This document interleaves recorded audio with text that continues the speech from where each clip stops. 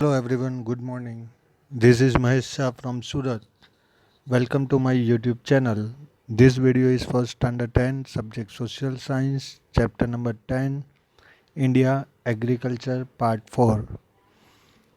So in last video we discussed about hot beverages and fruits and vegetables, and with that we discussed about different kind of cash crops like cotton, sugarcane, jute, tobacco, etc.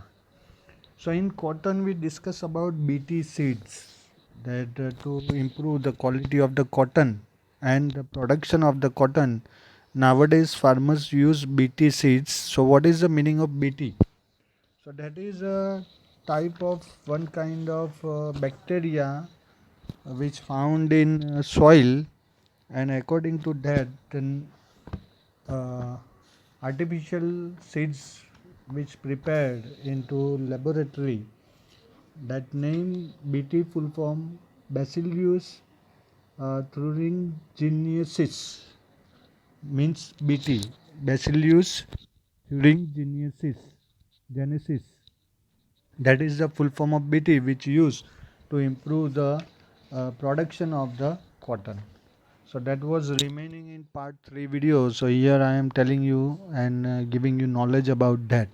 तो जो BT seeds जो use होते हैं वो actually में एक bacteria होता है सॉइल के अंदर, उसकी कमी को पूरा करने के लिए ये बीटी सीड्स यूज़ होते हैं जिससे कॉटन का प्रोडक्शन बढ़ता है।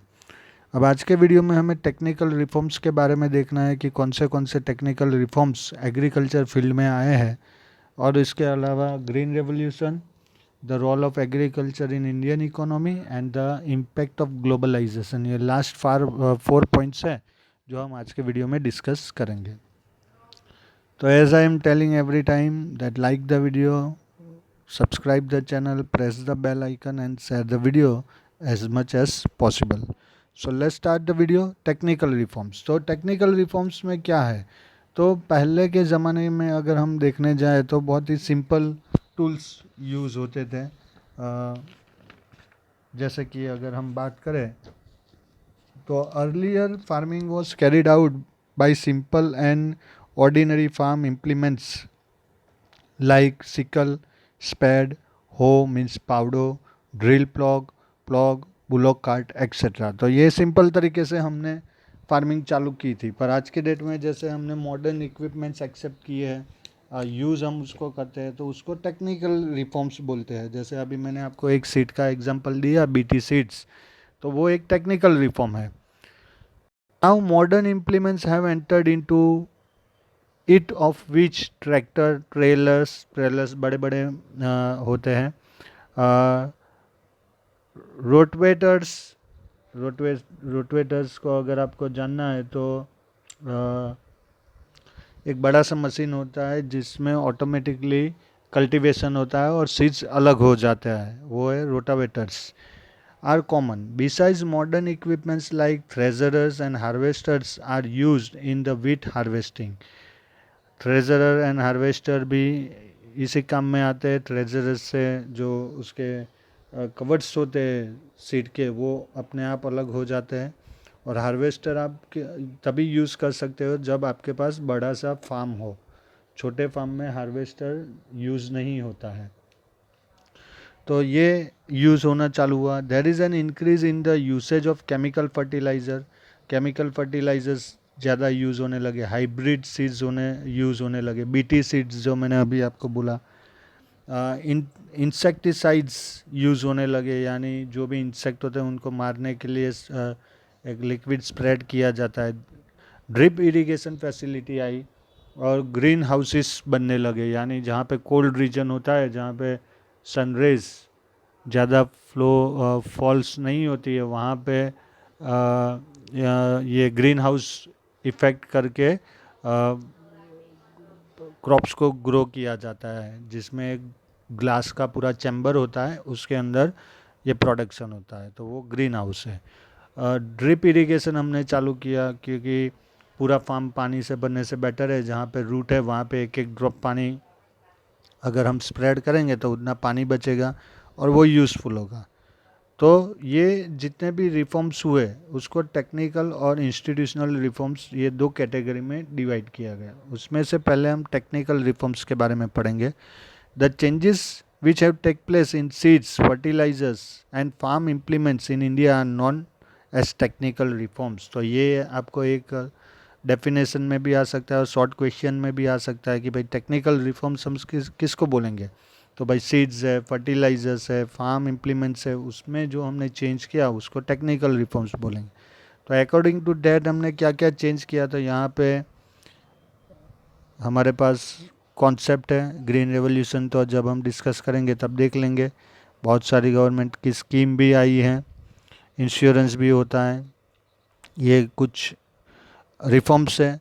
The farmer who earlier use leather buckets and water wheel now use submersible pumps और mono block pump, solar pump, drip irrigation and sprinklers.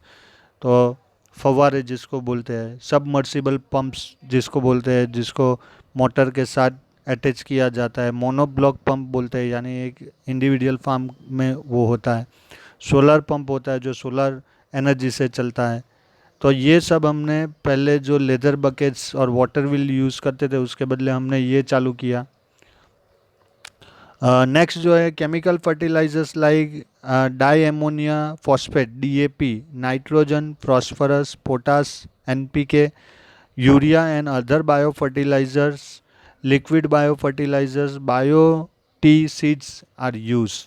तो ये सब केमिकल वाला होता है जिससे प्रोडक्शन बढ़ता है, पर एक्चुअली में ये आपकी हेल्थ के लिए अच्छा नहीं होता है। पर प्रोडक्शन इंक्रीज करने के लिए ये सब साइंटिफिक रिसर्च के थ्रू बनाया जाता है।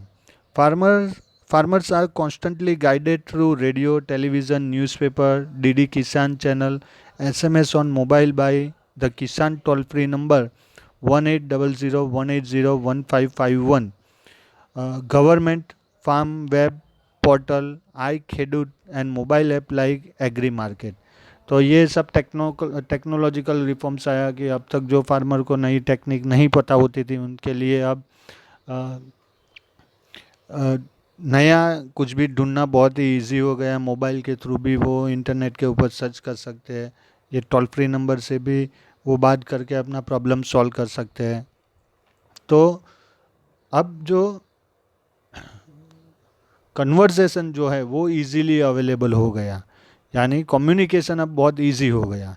New agriculture researches and new techniques are conveyed to the farms in the villages by gram सेवक।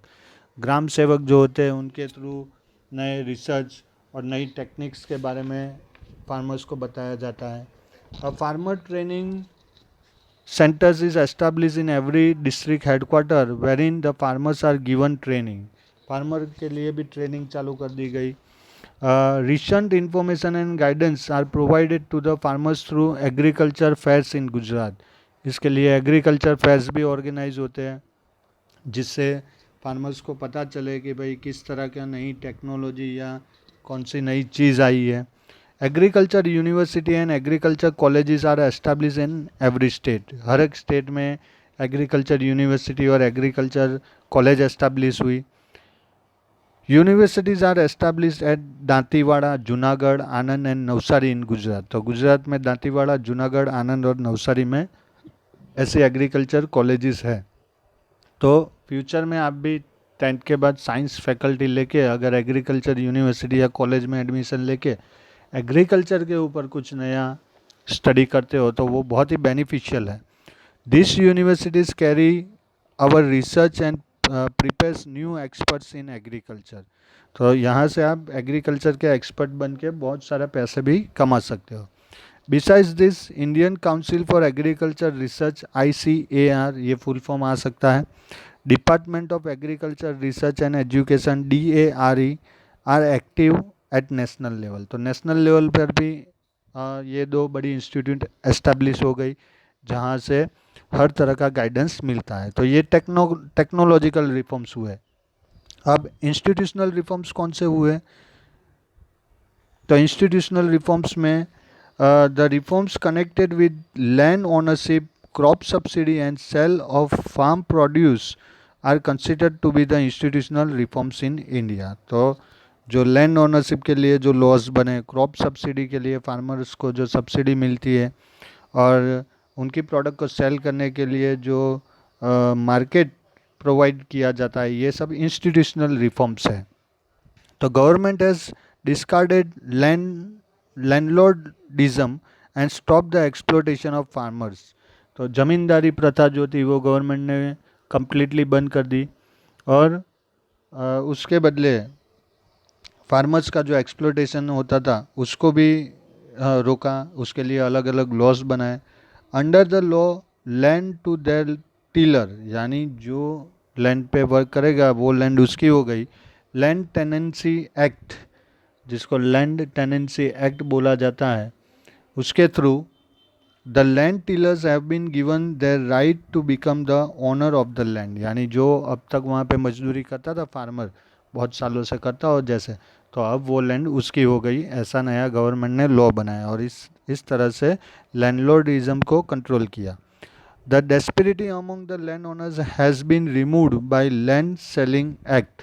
तो यानी जो लैंड ओनर के बीच में एक डिस्क्रिमिनेशन था, किसी के पास ज़्यादा या किसी के पास कम, वो गवर्नमेंट ने लैंड सेलिंग एक्ट के थ्रू, यानी मैक्सिमम आप कितनी लैंड रख सकते हो उसकी एक लिमिट फिक्स करके ये डिस्क्रिमिनेशन सॉल्व करने की ट्राई की। Farmers are given financial help for crop subsidy by kisan credit card and by nationalised and cooperative banks. तो बैंक्स भी फार्मर्स को अब सब्सिडीज देती है, लोन्स देती है। Farmers are given full insurance protection of the crops through prime minister crop insurance scheme. तो prime minister crop insurance scheme के थ्रू उनको इंश्योरेंस मिल जाता है, यानी कोई भी डिज़ास्टर में उनका क्रॉप अगर डैमेज होता है तो उनको उसका रिफंड यहाँ से मिलता है। उसके लिए कुछ मिनिमम जो चार्जेस होते हैं, जो उसका प्रीमियम होता है, वो आपको पे करना होता है, पर बहुत ही माइनर होता है वो। When the crops fail due to drought or through excessive rain, farmer are given special financial help by government। अगर कोई रीज़न से ड्रॉट या हैवी रेन की वजह से अगर क्रॉप्स डैमेज हो जाते हैं तो गवर्नमेंट यहाँ पे उनको फाइनेंशियल हेल्प करती है, जिसका कोई फिक्स नहीं होता है। वो जब ऐसी सिचुएशन होती है तभी गवर्नमेंट ऐसी स्कीम डिक्लेयर करती है। By providing legal support and open auction process is made widespread for the sale of farmer products in the marketing yard। यानी अब तक जो बीच में एजेंट्स होते थे उनको गवर्नमेंट ने पूरी तरह से हटाने के लिए फार्मर्स को सीधा ही मार्केट में अपनी प्रोडक्ट सेल कर सके, वैसा एक एटमॉस्फेयर क्रिएट किया। Facilities like cooperative societies, market associations, cooperative warehouses, cold storages, transportation and communication, etc. have been provided so that the farmers would get the minimum support price of the farm products। तो government ने ये सब facilities develop करना चालू कर दिया कि वो अपने प्रोडक्ट को इजीली कहीं पे भी सेल कर सके। उसके लिए जो भी फैसिलिटीज़ चाहिए, गोडाउन चाहिए या कोल्ड स्टोरेजेस चाहिए, वो सब गवर्नमेंट प्रोवाइड करती है। Following organisation are operating for the purchase of the farm products from the farmers at support price. यानी मिनिमम प्राइस फिक्स होती है गवर्नमेंट के थ्रू। और ये जो मैं अभी नाम बताने जा रहा हूँ, ये जो इंस्टीट्यूट है वो फार्मर्स से वही रेट में प्रोडक्ट परचेस करती है, जिसमें बीच में कोई एजेंट नहीं होता है। उसमें एक है NAFED, जिसका फुल फॉर्म है national agriculture cooperative marketing federation of India, NAFED, जो आप नोटबुक में लिख सकते हैं।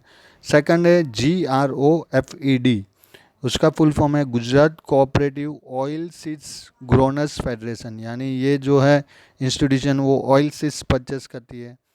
और थर्ड है NDDB, national dairy development board, यानी जो डेयरी प्रोडक्ट्स है वो यहाँ पे परचेस की जाती है, यानी मिल्क है या और कोई प्रोडक्ट है। तो इस तरह से गवर्नमेंट ने इसको नेशनलाइज इंस्टीट्यूशन एस्टेब्लिश की है, जिससे फार्मर को मिनिमम लॉस हो। यानी एजेंट सिस्टम जो अभी तक एक्टिव थी उसको कम्प्लीटली डोमिनेट करने के लिए गवर्नमेंट ने ये सब स्टेप्स, इंस्टीट्यूशनल रिफॉर्म्स किए हैं। अब आती है ग्रीन रेवोल्यूशन के ऊपर। तो ग्रीन रेवोल्यूशन क्या है? तो green revolution took place in our country in the decade of 1960। 1960 के 10 ईयर्स में ये हमारी कंट्री में ग्रीन रेवोल्यूशन हुई। उससे पहले हमें बहुत सारे फूड ग्रेन्स हमारे नेबरिंग कंट्री से परचेस करने पड़ते थे। But before that there was a time when there was an acute shortage of food grains in the country. An agrarian country had to import food grains, यानी agrarian country खुद ही food grains import कर रही है। The country was struggling against such dependent conditions. तो ये सब situation की वजह से ग्रीन रेवोल्यूशन हमारी कंट्री में हुआ। तो ग्रीन रेवोल्यूशन में क्या हुआ? तो the extra ordinary increase in the agriculture production because of improved seeds, increased use of chemical fertilizers, intense effort of the farmers, widespread arrangement for electricity distribution, improved facilities in irrigation, etc. is known as green revolution। यानी green revolution का meaning simple क्या होता है कि जो necessary है changes और वो सब फैसिलिटीज़ प्रोवाइड करना, जैसे कि सीड्स की क्वालिटी, केमिकल फर्टिलाइज़र, फार्मर्स को एनकरेज करना, इलेक्ट्रिसिटी प्रोवाइड करना, इरिगेशन फैसिलिटीज़ प्रोवाइड करना, ये सब ग्रीन रेवोल्यूशन में आता है। सेकंड है, main objective of the green revolution was to increase agriculture production. उसका मेन ऑब्जेक्ट था वो एग्रीकल्चर प्रोडक्शन को इंक्रीज करना था। Farmers were encourage to use chemical fertilisers and insecticides more. इसके लिए गवर्नमेंट उनको लोन देती थी, सब्सिडी देती थी। This led to attain the target to increase the agriculture production. Third है, there has been a record production of wheat and paddy due to green revolution. Green revolution की सबसे ज़्यादा effect wheat और paddy में हुई। Where there was a scarcity of food grains in the country, today there is sufficient storage of the food grains। तो 1950-60 में जहाँ पे हमारी कंट्री फूड ग्रेन्स इंपोर्ट करती थी, आज हम एक्सपोर्ट करने लगे। नेक्स्ट है, once drought was a hazard of regular interval in India, its adverse effect are not seen after the green revolution. तो हमारी कंट्री में ड्रॉट की सिचुएशन एक इंटरवल 3, 4, 5, 6 साल में एक बार आती है, तो अब उसकी इफ़ेक्ट हमें दिखाई नहीं देती है। Due to the buffer stock of food grains, buffer यानी जो एक्स्ट्रा स्टॉक होता है उसको बफर स्टॉक बोलते हैं। The condition of drought of scarcity are faced conventionally. तो अब ग्रीन रेवोल्यूशन की वजह से हमारे पास इतना एडवांस स्टॉक रहता है कि ऐसा अगर ड्रॉट आ भी जाए तो ज़्यादा उसका इम्पैक्ट होता नहीं है, सबको फूड ग्रेन्स बराबर मिल जाते हैं। अभी कोरोना की वजह से गवर्नमेंट ने कितना सारा फूड ग्रेन्स जो है वो लोगों को फ्री में दिया, एपीएल कार्ड और बीपीएल कार्ड जो जिनके पास था उनको। The self sufficiency in food grain is landmark of historic achievement of green revolution. तो ग्रीन रेवोल्यूशन की सबसे बड़ी अचीवमेंट यही थी कि अब हम सेल्फ डिपेंडेबल हो गए थे। Today, the production of cash crops has increased and the production of pulses and other cereals has decreased with the repetition of the same crop. To reach the stage where other countries of the world have progressed using better technology in agrarian field, we will have to be ready for next green revolution। तो green revolution के बाद cash crop का production increase हुआ, पर सामने pulses और serials जो है वो उनका प्रोडक्शन कम हुआ, क्योंकि कंटिन्यूस रिपीटेशन होता था क्रॉप्स का। अब उसके बदले वर्ल्ड की जो दूसरी कंट्रीज़ है वो बहुत सारी बेटर टेक्नोलॉजी यूज़ कर रही है, तो हमें भी अब टाइम आ गया है कि एक सेकंड ग्रीन रेवोल्यूशन करना चाहिए। तो ये है ग्रीन रेवोल्यूशन, जिसकी impact Punjab, Haryana, northern state में काफ़ी मिली, पर पूरे इंडिया में इसकी effect as it is same to same नहीं थी। अब एग्रेरियन कंट्री है तो एग्रीकल्चर का रोल क्या है इंडियन इकोनॉमी में? तो agriculture is the main occupation in India. The pressure which India had at the time of independence is now reduce somewhat, however it still has an important contribution in Indian economy. तो 1950 में जो situation थी independence के time पे और आज की date में जो सिचुएशन है उसमें काफ़ी फ़र्क है, पर इतना भी फ़र्क नहीं है कि हमें इसके बारे में आगे नहीं सोचना पड़े. It provides employment to about one half of the population of the country. तो 50% पॉपुलेशन जो है वो ये एग्रीकल्चर फील्ड में एम्प्लॉयमेंट ढूंढते हैं. Agriculture holds about 17% of the total gross domestic production. GDP में टोटल पार्टिसिपेशन एग्रीकल्चर का लेटेस्ट जो है वो 17% है. ये नंबर भी ज़्यादा है. Paddy, wheat, oilseeds, cotton, jute, sugarcane, tobacco, potatoes, etc. are major agriculture products of India. Much foreign exchange is earned from their export. तो ये जो प्रोडक्ट है, वीट है, शुगर कैन है, जूट है, तो इससे हमें फॉरेन एक्सचेंज अर्न करने में काफ़ी बेनिफिट होता है. India rank second in the world in agrarian production. तो इंडिया का जो रैंक है पूरे वर्ल्ड में वो सेकंड है. Industries like cotton, textile, sugar, paper, oil etcetera as well as the industries regarding the food processing get their raw material from agricultural products only. तो ये जितनी भी इंडस्ट्रीज़ है, कॉटन, टेक्सटाइल या शुगर या पेपर ऑयल, तो ये सबको अपना रॉ मटेरियल एग्रीकल्चर से ही मिलेगा. Agriculture provides food to the people of India. तो एग्रेरियन कंट्री है तो अब तो हम सेल्फ डिपेंडेबल हो गए, तो सबको फूड मिल जाता है. The Indian contribution in is not consistent in the world agriculture market because of irregular and uncertain rain and इनएडिक्वेट facilities for irrigation. तो ये जो हमारी प्रोग्रेस है वो कंटिन्यूस प्रोग्रेस नहीं है, क्योंकि यहाँ पे जो रेन है वो इरेग्युलर है. फैसिलिटीज़ जो इरिगेशन की है वो भी अभी 33% लैंड ऐसी है जहाँ पे इरिगेशन ही नहीं है. Food security is necessary for any country today. If the demand for the food grain is increase and if the food grains have to be imported then the political independence of the country may be at risk. तो अगर food की demand बढ़ी और अगर हमें वो कोई दूसरी कंट्री से परचेस करना पड़े तो वहाँ ये सीधा गवर्नमेंट के ऊपर इफेक्ट करता है. We have become self-reliant in the field of grain production due to green revolution. Along with the increase in farm production, there is an increase in population of the country also. तो farm product increase हुई, उसके साथ में population भी increase हुई, तो उसकी वजह से जो benefit actually मिलना चाहिए वो हमें मिला नहीं है.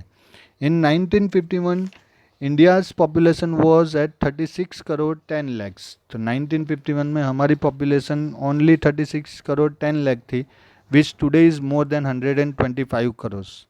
This has increased the demand for food grains. However, there has been an increase in the production of food grains in our country during last 5 years. In 1950-51, India had produced 51 crore tons of food grains, which has increased to a record level of 265.4 crore tons in 2013-14. तो जहाँ 51 में 51 crore ton हमने produce किया था, वहाँ पे 2013-14 में 265 crore ton हमने प्रोड्यूस किया, यानी 5 टाइम्स ज़्यादा. With the food grains which we have today the minimum requirement of the country can be fulfilled. It is necessary to maintain buffer stock and to increase it. By the buffer stock of grains, the scarcity of the grains can be prevented during droughts or in the case of inadequate production of the food grains. The wastage of food grains can be prevented by implementing the techniques to preserve the grains in warehouses. तो इसके लिए भी नई नई technique हमें develop करनी चाहिए. जितना भी हमारा बफर स्टॉक है वो ख़राब ना हो जाए, उसका भी ध्यान रखना है. The hunger of thousands of families can be satisfied if this buffer stock is distributed among them free of charge. It is a strong necessity of the time to stop the wastage of food grains. तो अब ये main time है कि population इतनी बढ़ रही है, production बढ़ रहा है साथ में, पर अगर उससे हमें बेनिफिट चाहिए तो कम से कम वेस्टेज हो वो हमें ध्यान रखना चाहिए. It is necessary to strengthen food stocking and the arrangement to conserve it. It is a good beginning that the government has made provisions to supply the food grains up to the poor people through the Food Security Act. तो according to Food Security Act government ने बहुत सारे नए laws बनाए हैं, जिसमें जो below the poverty line जो है उन्हें या तो फ्री में फूड ग्रेन्स मिलता है या तो चिपर रेट में मिलता है। पर फिर भी ये हम सब इंडियंस की रिस्पॉन्सिबिलिटी है कि हो सके उतना हम वेस्टेज कम करें। तो बहुत सारे ऐसे लोग हैं जो जिनको एक टाइम का भी खाने का नहीं मिलता है, उनको वो प्रोवाइड हो। अब ग्लोबलाइजेशन की इम्पैक्ट क्या हुई, तो ये सब उसकी इम्पैक्ट है, आप यहाँ पे देख सकते हो कि एक एक तरह से बेनिफिट भी हुआ है और दूसरी तरह से लॉस भी हुआ है। The policy of globalisation has been implemented with the purpose that the Indian farmers can sell his farm products in the world markets and earn profit. तो एग्रीकल्चर में ग्लोबलाइजेशन का मेन इंटेंशन यही था कि भाई हमारे फार्मर डायरेक्ट इंटरनेशनल मार्केट में अपनी प्रोडक्ट सेल करें। Many changes took place in the agriculture field due to globalisation. Globalisation की वजह से नई नई टेक्नोलॉजी हमारी कंट्री में आई, नए नए ये फर्टिलाइजर्स है, सीड्स है, वो सब हमें इजीली अब अवेलेबल हो गए। द प्रोसेस टू एक्सपोर्ट और import crop production is made very simple. अब जो लॉ एंड ऑर्डर था वो चेंज हो गया, इंपोर्ट करना है या एक्सपोर्ट करना है वो इजीली हो गया। Cotton, chillies and til are now available in Chinese market and various fruits from world are now available in Indian market. अब जैसे ड्रैगन फ्रूट का लीजिए, ड्रैगन फ्रूट हमारी कंट्री में नहीं होता है, हमने कभी सुना भी नहीं था इसके बारे में, पर ये ग्लोबलाइजेशन की इफेक्ट है कि बाहर की कंट्री के फ्रूट्स, फ्लावर्स यहाँ पे सेल होते हैं, यहाँ की जो एग्रीकल्चर प्रोडक्ट्स हैं वो फॉरेन कंट्रीज़ में सेल होती है। Due to this, farming has been the costly genetically modified BTCs sold by the multinational companies are now available in India. तो अब ये जो BTCs अब तक अवेलेबल नहीं थे वो अब इजीली अवेलेबल होने लगे। Due to this farming has become costly, और इसकी वजह से फार्मिंग प्रोडक्ट भी कॉस्टली हो गई। The production of cotton and maize has increased. With the import becoming smoother, the domestic farm products have to face tough competition. तो अब import easy हो गया, तो यही पुराने वाली यूरोपियन जब ब्रिटिशर्स यहाँ पे थे वैसी सिचुएशन कि वहाँ से मशीन बेस्ड प्रोडक्ट बनेगी और यहाँ सेल होगी तो वो चीपर होगी। तो इसकी वजह से हमारे जो लोकल प्रोड्यूसर्स हैं उनको प्राइस के हिसाब से और क्वालिटी के हिसाब से दोनों साइड से ये कंपटीशन फेस करनी पड़ी। Some products have gained global markets, hence the necessity of registration of their patents. It is necessary to register qualitative farm production as national pattern in the world market. तो जो हमारी better quality की product थी उसको एक pattern मिल गई, यानी हमारे अलावा वो कोई भी प्रोड्यूस नहीं कर सकता है, और इसकी वजह से हमें एक इंटरनेशनल आइडेंटिटी मिली। To face the competition in agriculture products in global markets, India will have to adopt new technology and concentrate on quality. तो ये इंटरनेशनल कंपटीशन के सामने टिकने के लिए अब हमारा फोकस जो था वो क्वालिटी के ऊपर था और टेक्नोलॉजी के ऊपर था। A series of planned steps will have to be taken to increase the economic prosperity and solidarity of people. तो इसके लिए गवर्नमेंट ने बहुत सारे प्लान स्टेप्स लिए हैं, यानी प्लानिंग करके स्टेप्स लिए हैं, जिससे पॉपुलेशन जो है, पीपल जो है, और जो इकोनॉमिक प्रॉस्पेरिटी, यानी पॉपुलेशन बढ़ेगी साथ में इकोनॉमिक प्रॉस्पेरिटी भी बढ़नी चाहिए, उसके लिए ऐसे स्टेप्स लिए गए हैं। With increasing population, the probably future increase in the demand for agriculture products, and to maintain the march to economic progress, it is necessary to arrange the strategy for second green revolution. अब जिस तरह से population बढ़ रही है तो उनकी demand भी फ्यूचर में बढ़ेगी, तो वो फ्यूचर की डिमांड को कैसे फुलफिल किया जाए और वहाँ पे भी बफर स्टॉक हम कैसे डेवलप करें, प्रोड्यूस करें, तो उसकी स्ट्रेटजी के लिए सेकंड ग्रीन रेवोल्यूशन अभी करनी ज़रूरी है। तो उसके लिए आपकी पढ़ाई ज़रूरी है, आप अच्छे से पढ़ोगे, एग्रीकल्चर फील्ड में कुछ डेवलप करोगे, तो हमारी कंट्री का ये प्रॉब्लम भी जल्दी सॉल्व हो जाएगा। तो due to this kind of future planning, this type of things are mention in your syllabus to encourage the students about the scenario of the country, to develop their interest in agriculture field.